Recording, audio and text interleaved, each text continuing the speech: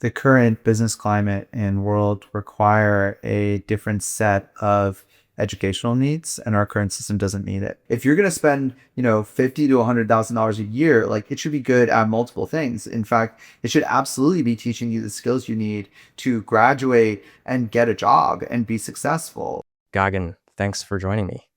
Thanks for having me, Matt. You have had quite a journey so far. You started at Berkeley and then eventually went on to found Udemy, spent some time at Lyft, also tried your hand in the food delivery space, took a nice long sabbatical, and then now you're building Maven. For people who don't know who you are, what's your mission? What are you moving towards? The current business climate and world require a different set of educational needs, and our current system doesn't meet it. With Maven, our mission is to provide access to human expertise to every person on the planet. Basically, how do we make it more accessible and easy to get the human knowledge that is most valuable from the experts who have that knowledge? And talk a little bit more about Maven. How does it work for people that aren't familiar with the platform? How's it different maybe from what you've worked on in the past? You can learn from experts on any subject that you're interested in.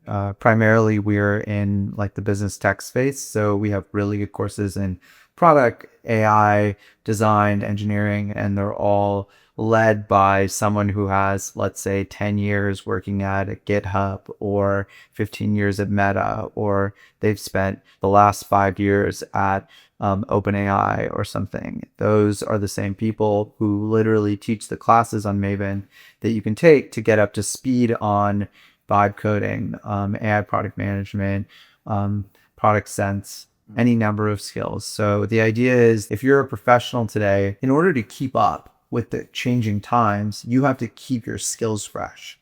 And Maven is the best place to do that. What makes Maven unique is that we've actually have live classes from the experts themselves. So the content is fresh. You can ask them direct questions and you can engage with them and learn directly from the source. Whereas most other websites have either recorded content or they have content that was created by an expert but may not be taught today by an expert. How did you find yourself in this space and what continues to draw you to education? I grew up in an extremely education-focused household, as many Indian kids do. I was like a straight A student all the way until 8th grade. And then I got to high school and a few different things happened, but personally and also at school, I just completely started to lose faith in the education system. I started to notice that my teachers didn't quite sit on the pedestal I thought they did. I started to notice that the material we were learning wasn't as useful as I thought it would be. And over that time, I started to build my own educational businesses. So actually starting at about 13, I was teaching speech and debate in high school, did that in the summers. And so I started to build my own position on building education businesses that really provide direct value to the student at more affordable costs as well. Then I went to college, and honestly, I think that's when I really recognized the challenges in our education system. I felt like I went to UC Berkeley, which is a great school, and I met really great peers. I had a fun social network, but the education itself was extremely weak. And I think this is what people miss. They act like it's okay that college is like bad for education, but it's all about the signaling. I'm like, what the hell are you talking about?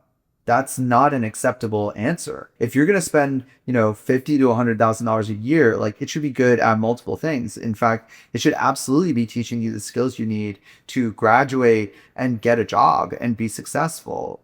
Or it should be teaching you the skills to graduate and feel like a much more productive member of society. And I don't think it does either of those things. I went to Georgetown. I have two siblings who both went to Ivy League universities, and it's just this running joke, or just even the students there know that it's really much more about the signaling to employers than necessarily the practical skills that are being picked up. So a lot of people study something in a field that doesn't even translate over to what they're going to end up working in. They're maybe doing it for the GPA. And I guess in my sister's case, she was a CS major, so it did kind of translate into what she does on the job today. But for myself, I studied business. And I think a lot of the things that I eventually ended up doing in my professional career and now sort of founding my own business weren't taught in the classroom whatsoever. Yeah, I mean, I took many classes at our business school. I took accounting, I took finance, I took general business, I took marketing. And I essentially use 0% of that today, even though today I work in those fields. I have to fundraise, I fundraise and have to run the finances of my company. I have to do all the accounting, or at least I hire people, but I have to manage them. And I run marketing as well as, general business strategy at a company. And it's crazy to me that if I spend, $1,000 on Maven, I will get a better business education than if I spent $400,000 at a top tier university. That is completely unacceptable. And so the goal of what we're trying to do is replace that education system with a much better option. And I think we're doing a good job, but I think we have a lot more work to be done. Education feels like such a complex topic because, as you know, probably better than I do, there's so many factors at play, and government being one of them.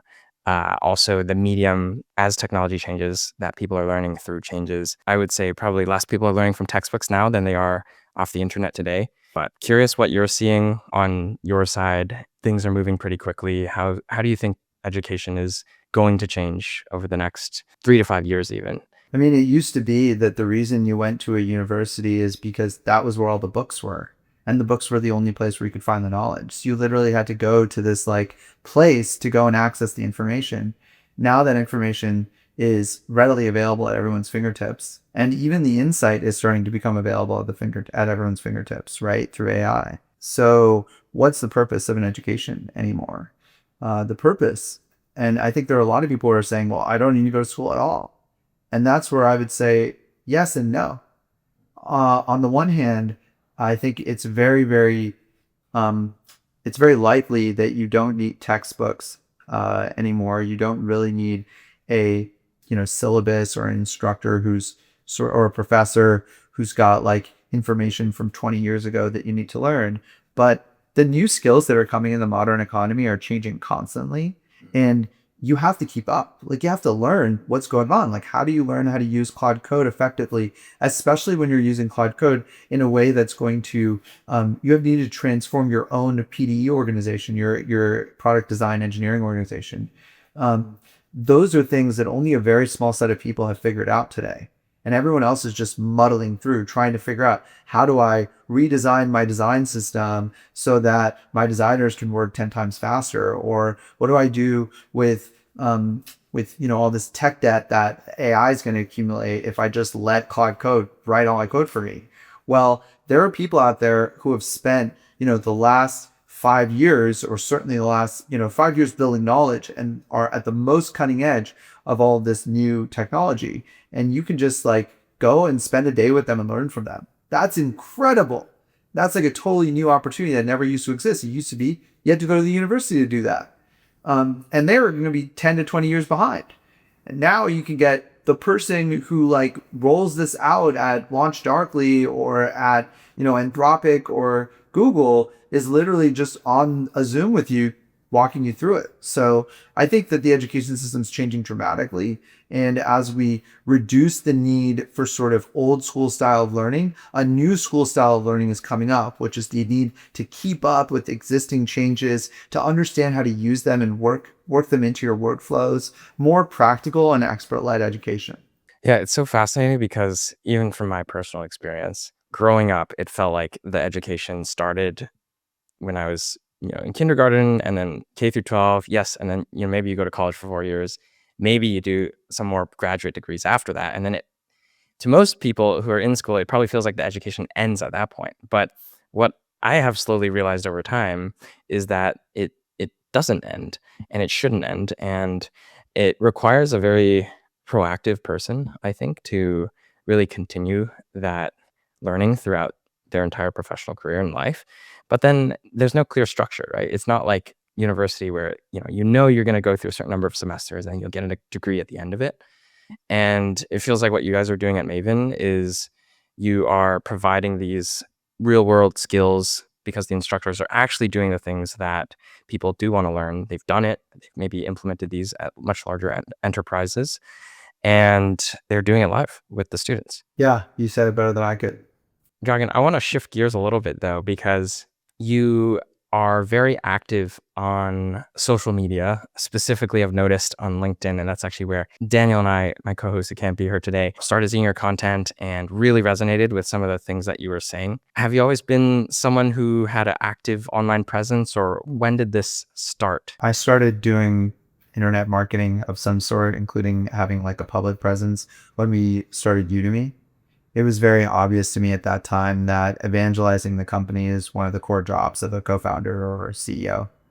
And ever since then, I've been following the changing landscape of, consumer marketing, and the evangelism role has gone from talking to the press to talking directly to your audience. And so it was a natural move to go from, doing lots of interviews with, Fast Company or Inc. or whatever, to being on podcasts with people like you, or speaking direct to the audience via LinkedIn or X.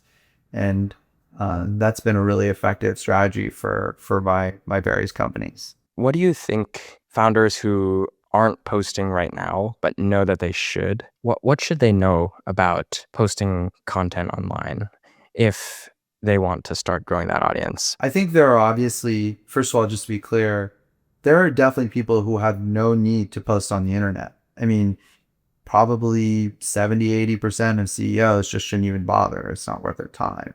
But there is a 20 to 30% where it can really make a difference for their business. And, Maven's one of those. Like, we target professionals who are looking to learn. What are they doing? They're scrolling on LinkedIn, right? We target experts who are looking to share their knowledge. Well, they share their knowledge on LinkedIn. So for us, it makes perfect sense to be on LinkedIn and be one of the thought leaders on that platform. And for others, it might make more sense to be on Instagram or TikTok, or it might make more sense to get their distribution via direct sales. I don't know. So first, you need to go to the social platform that actually, in fact, let me say that again. First, you need to go to the channel that makes the most sense for you. And whatever that channel may be, maybe that channel is going to trade shows. I don't know.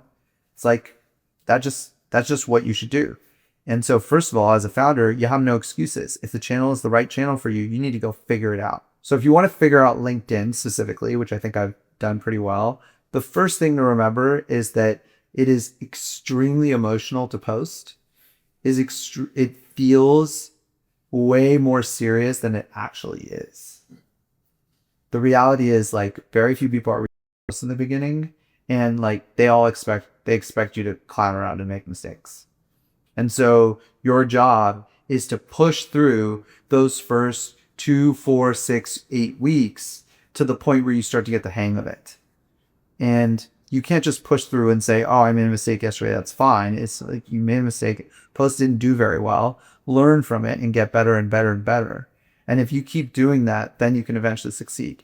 Social media takes like 3 months to warm up an account on a platform now. If you're really good, you could do it in 6 weeks. Your first 2 weeks, no matter what, are going to be duds. And then you're going to finally hit, once in a while, and it'll slowly grow. And then every once in a while will happen more often. And eventually you'll learn that, like, what the formula is for your unique insight and the content that you want to create that's going to reach your audience the best. Do you follow any kind of plan or strategy to your LinkedIn posts, or is it kind of, I wake up every day, I have a thought, I post it? Yeah, I actually have like semi-systematized this because I feel like LinkedIn is an awesome channel for us, but it also doesn't make sense for me to be obsessed with LinkedIn every day. Like, I need to go to work and get shit done. Yeah. And so I've compartmentalized LinkedIn quite a bit. And that's what makes it work for me.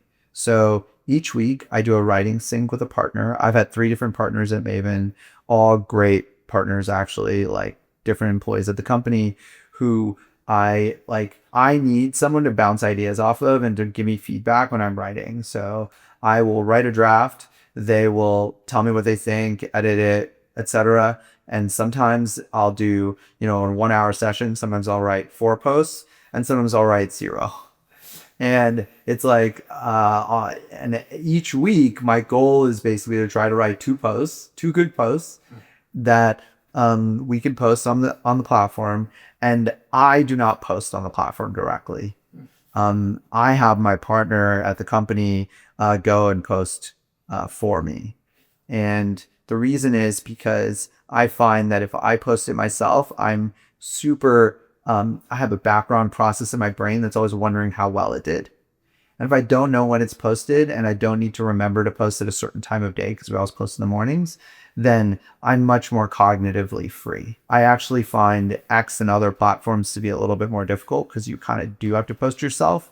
Those need to be much more on time. With LinkedIn, if you're posting insights or thoughts that are a little bit timeless, then you can post them, a couple days after you write them. That's okay. The other thing about LinkedIn is that it definitely changes over time, and you have to figure out what content works and keep readjusting your criteria. So, it used to be that I would mostly write like very provocative takes that I have on what's going on for the professional in the workplace.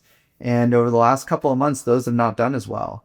And so I've started to bring in personal stories a lot more. And I think it just changes over time. It might be an algorithm thing. It might just be my audience and like what they're feeling right now. It might be where my inspiration is coming from. I don't even realize that my hot takes are boring now and I need to switch to personal stories. Like that is definitely an art, now a science. But I am constantly looking at the performance of my posts, and probably every like 2 months or so, we do a little bit of a dive into like what's been working and what hasn't.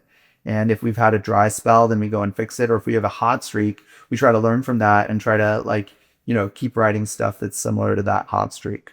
You have someone else post for you because you know that it will take up some amount of bandwidth in your brain, your limited bandwidth, which as a CEO, you want to spend probably on more important things. How do you prioritize tasks on a daily basis and when there's 50 things that need your attention? So what I would say is there are two layers to this. There's like, what are your bigger long-term goals? They could be 3-month goals. They could be 1-month goals. They could be 6-month goals. And then there's just like, what task are you doing this next 5 minutes? And so I don't think it's like layers of goals. It's literally just, okay, at the top, when you kick off like a new project or when a project is done, you put in a bunch of activities that are going to result in individual actions you're going to take. For example, we are currently doing a big launch. So I know as part of that launch, I need to work backwards from the launch and set up a bunch of checkpoints and meetings and sort of events and dates and stuff in my brain. So I will do that type of planning. Then on a daily or weekly basis, as long as I know what that plan is, it's very easy to sort of read and react to the things that are going on in Slack, email, text, etc. to get that job done because I've kicked off a process. So in the case of a launch, that's a work back calendar that tells me what we're supposed to be done in a given week. And so then I can always focus on those activities. And by the way, that work back calendar also involves telling my team what we're doing and for the team to agree. And so now the team is bringing me content that is related to that project. An opposite way of looking at this, if you're not doing a work back calendar, is more offensive way, is maybe like an outbound messaging push. So let's say I'm trying to recruit a bunch of new experts in a new category. Let's say it's design. Then, of course, I'm going to create a leads list of those people. I'm going to reach out to them. Maybe my team will do this nowadays, and now all of a sudden, all my time is spent on calls with these people and responding to their messages and then going through this leads list. That's how you manage the project. So you don't need to worry every single week about your high level strategy. You roll in and out of those based on what makes the most sense. Then you set them up correctly. And so then on a daily basis, you don't really have to you don't have to work. You don't have to think as much about whether or not what you're doing is worth your time. And then of course you want to make sure that every month you do a metrics review of your business. That's what I do. And we do it as a team so that if an activity that we've kicked off at this project layer isn't going as planned, we know that we should make a course correction, or you have weekly syncs in different teams, and different teams have different projects and you're tracking them.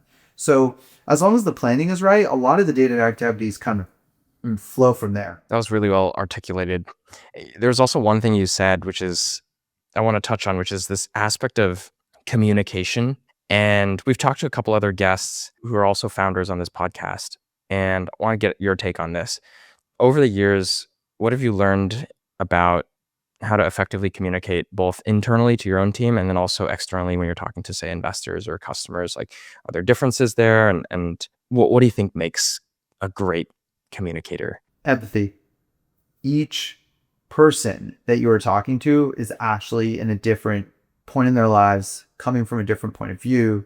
They have a different set of styles that work for them, etc.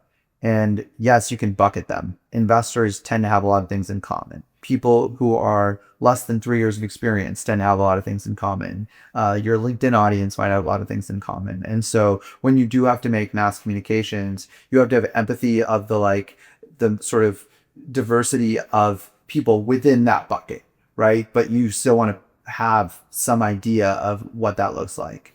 And if you have empathy for what they are looking for, what might resonate with them, then it's much easier to communicate with them. And honestly, like the biggest communication challenges I've had have always been when I don't understand my audience or I don't like my audience and therefore have a lower level of empathy for them, and I'm making mistakes because I'm not recognizing like, no, this person is important for this reason, or I need to consider this with them, etc. So I think communication is really driven by a core need to empathize with your audience and then communicate clearly what is going to resonate most with them. That makes a lot of sense. And I think there's a lot of advice out there on tactical communication tips. I may also be guilty of this because I have a YouTube channel where I sometimes make videos on how to communicate more effectively. But I think you're touching at the like very first principles, like what actually makes a good communicator is having to understand who's actually on the receiving end of the message before you even open your mouth or even think about what you want to say. Because if you don't understand who you're talking to, then how can you even deliver a message that's going to land? I want to also ask you about a post that you made recently on your LinkedIn about your career philosophy. And I think it was centered on this topic of diversification. So there's a lot of advice for people to diversify their investments. But then when it comes to someone's career, a lot of people aren't as inclined to take that kind of approach. I've also heard on the flip side, though, in the entrepreneurship world, take a lot of risk, go all in on, one business. How do you think about career diversification versus concentrating your efforts into one venture? What have you learned over the years?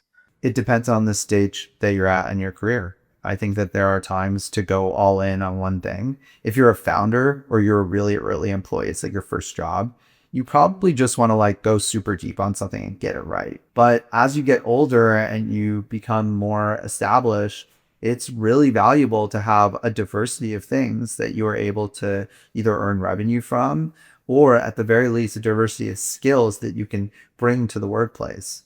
It's very, very difficult to become a VP level exec at a company if you are not good at like 5 to 10 different skills beyond just your functional area. So let's say you're VP of design, right? As a VP of design, you need to be obviously excellent at designing products yourself.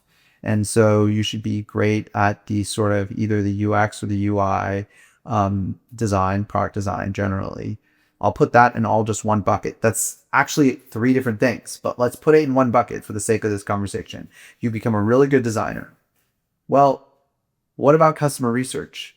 You probably, if you became a VP of design, you may not have come from the research field, but you need to be pretty damn good at research. What about stakeholder communication? Well, as a designer, you work with a product manager who does a lot of stakeholder communication. But once you get to the point of VP of design, you probably need to be very good yourself at stakeholder communication. You know, to communicate with anyone in the industry, both those in your company and also those externally in order to recruit new talent, or maybe you're an evangelist for your company, etc. And then what else do you need to know? Well, you probably need to be decent at product and engineering. Because as we said, in order to communicate with product engineering leaders, you need to be able to empathize with their needs. And so by the time you get to VP level, you should have a basic understanding of most of the functions in your adjacent areas, not just your own area. That's diversification. Take that a step further. Let's say you're VP of design and you've been VP of design for 5 years. one of the things you can do today that you could never do before, but you can do today is you can start having a public persona.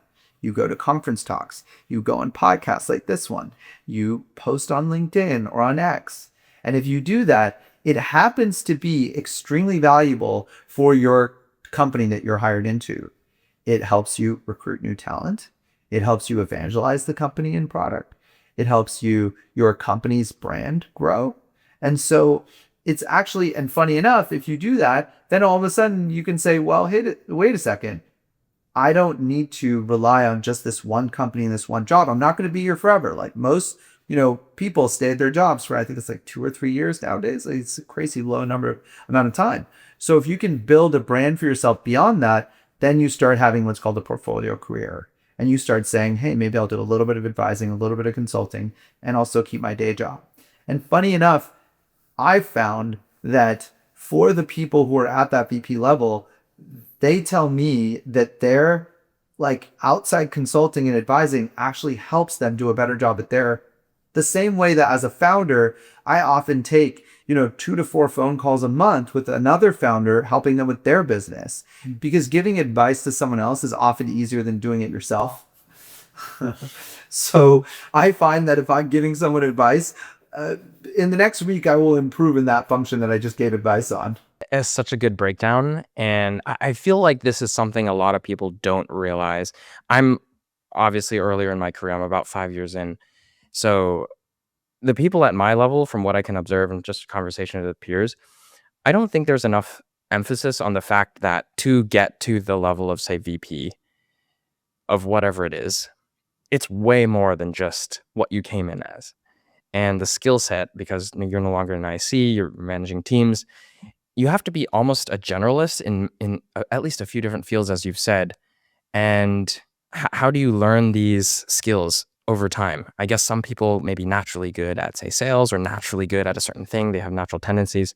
Other people maybe actively seek out education to improve on those aspects. But it's not something that people think about in the beginning of their career as much as I think they probably should. And so I started my career in investment banking. And I remember very clearly thinking to myself at the time, oh, my managing director's job is very different from mine. That it's much more sales focused. I don't want to do anything with sales. Like I'm comfortable building my spreadsheets, and I like the numerical aspects of finance.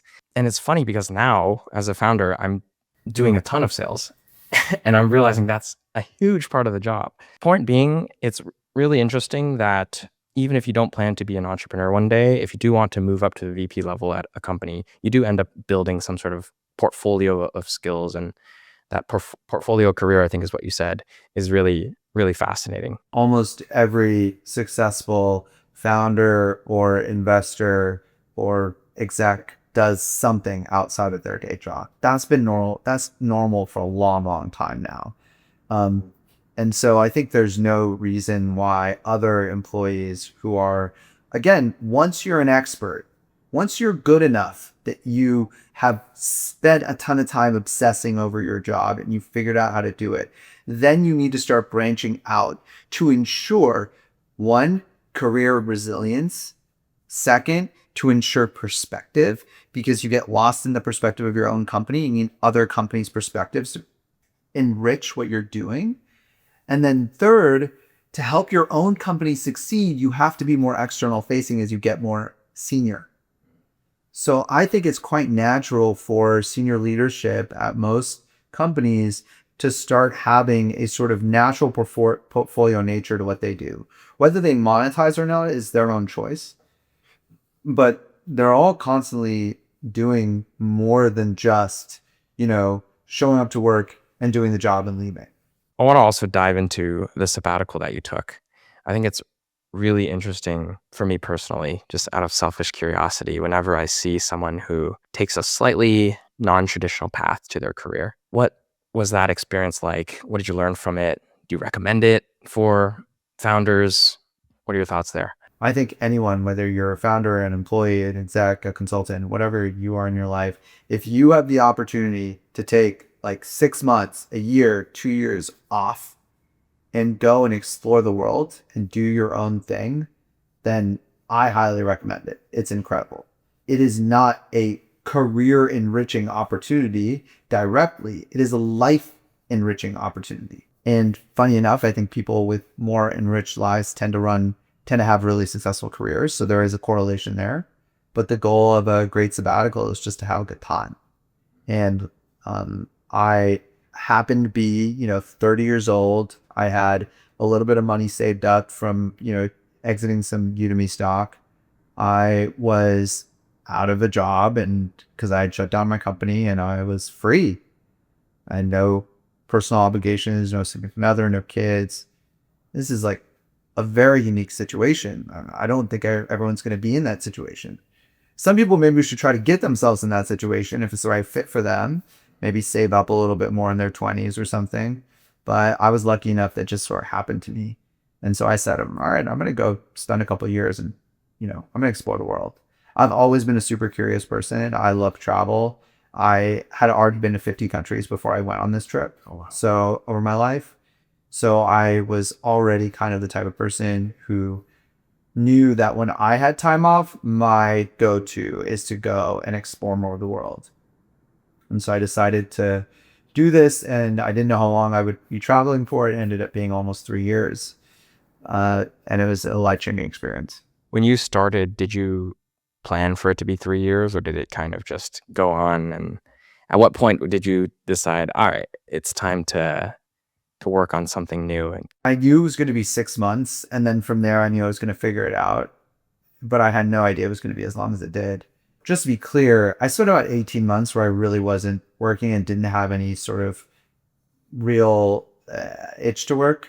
Then I happened to meet my now wife while traveling, and she was going to business school, and she went to business school for a year.